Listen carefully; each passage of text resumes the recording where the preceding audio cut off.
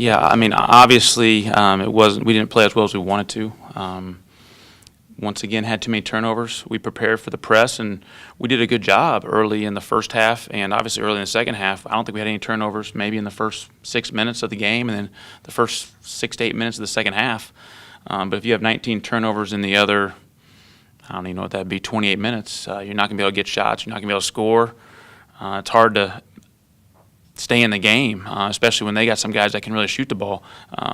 Defensively, you know, we did some good things, but sometimes on the ball screens we didn't communicate the way we need to. We talked about guarding different players different ways, and they had to know their personnel, and they had to talk loud enough and early enough so our guys would know to go over or under just so we could get there, because they had some guys that can really shoot the ball and some guys that want to really drive it.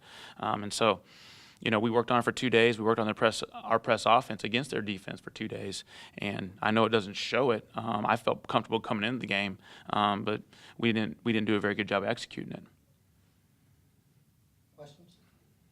How tiring is it to have to spend so much energy to come back? I mean, it's 3 games now. I mean, 10-0 at Campbell, Vegas, Stanford, now tonight. I mean, tiring is it? Yeah, I mean, I would think it is tiring on. I mean, I think maybe that's why the mental fatigue in the end, you know, we make such a run to get there, and I don't know what we cut it to, 4 or 3, and then you have like back-to-back turnovers, you know, or they make a shot, which is fine. You know, I mean, you can't get stops every single time, but you can control turning the ball over for the most part. The turnovers that we had tonight, I wouldn't say they were forced, but you know, just throwing it into the stands, you're not going to have a chance to keep that run going.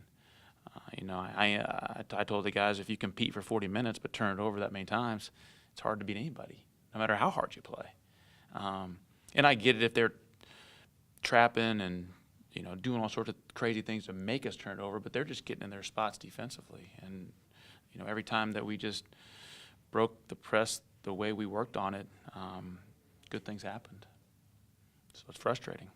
Did you learn anything different about your team tonight? I mean, I guess I thought we sort of gave in a little bit in the first half when things weren't going well. I never thought we'd give in. I thought we had enough guys out there that can really compete, and we waited till the second half to start doing that. You know, and sometimes you can't wait till the second half and just think you can play one half against a good basketball team and think you can win the game. And obviously, you start down 16 points in the second half, you have to play pretty darn perfect to get back in the game. And we did play perfect for the first, I guess, 10 minutes maybe, and get back in the game, but ran out of gas and made those same costly turnovers. I was feeling like we were going to do a good job not turning the basketball over tonight. I really did. As much as we've stressed it, and we've stressed it all year, but just these first couple games with the turnovers, we really stressed it and maybe put too much pressure on them. They looked a little scared. They were unsure about their passing. So I don't know how to take the pressure off, because I told them everybody's turned it over before. It's not going to be the first time anybody's done that. You know, everybody's missed a shot. Everybody's, you know, missed a box out. You know, when you play basketball a long time, you make mistakes. You got to get on to the next play. You can't let that turnover, even though we're not trying to, affect you for the next 3 possessions. You know, and I'd like to be able to play people for extended periods of time, but if they're going to dwell on the negative, you know, we got to get them out and try and get reset. Coach, talk about playing a guy like Francis Alonzo, who is such a threat to score and do things to distribute.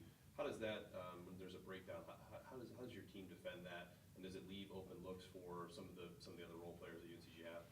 Yeah, I mean, he's obviously a really good offensive player, and he's figured out if teams are always going over where he can't get the 3, he curls it and tries to get open shots for his teammates, because when he curls it, somebody has to help.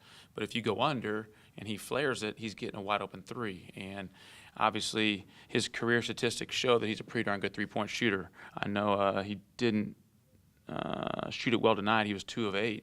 But usually when he gets 8 3-pointers, he's going to make 4 or 5. And so I thought we did a nice job of getting him off the 3-point line. But then we didn't do a good job of containing him on the drive and allowing him to create open shots for his teammates. Are they particularly unique in the pressure that they apply or the physicality of it? Or is that something your guys just have to go through to experience to understand? Yeah, you know, Campbell ran the similar type press. And so we were luckily, we played Campbell, so I thought we were more prepared for it. If we hadn't played Campbell, our guys would have been a little shocked of where their press is. I mean, teams that do that all the time get really good at it, and so our defense in practice is not nearly as good as UNCG's defense is because they do it all the time. But we try and simulate it, and we did a nice job when we did it properly. When we just passed it to our own team, you know, I don't.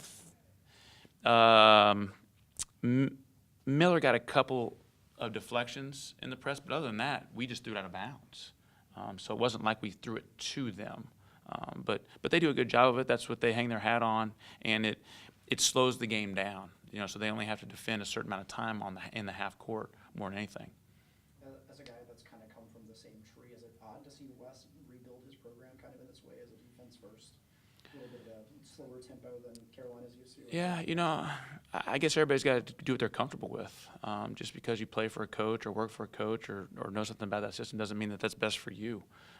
You know, and so Wes has figured out that this is best for what he wants to do, and he's stuck with it. And obviously, this is his 8th year as a head coach, and he had a great year last year, made the NCAA tournament. And so, yeah, it's working for him, and obviously he's recruiting the type of length, the type of athleticism, or whatever he needs to make that successful. And, you know, he's done a great job. Having Wes and these other coaches come to UNCW, whether they have a relation with you or just the program, what does that say about the culture and the family atmosphere that you're trying to build? Yeah,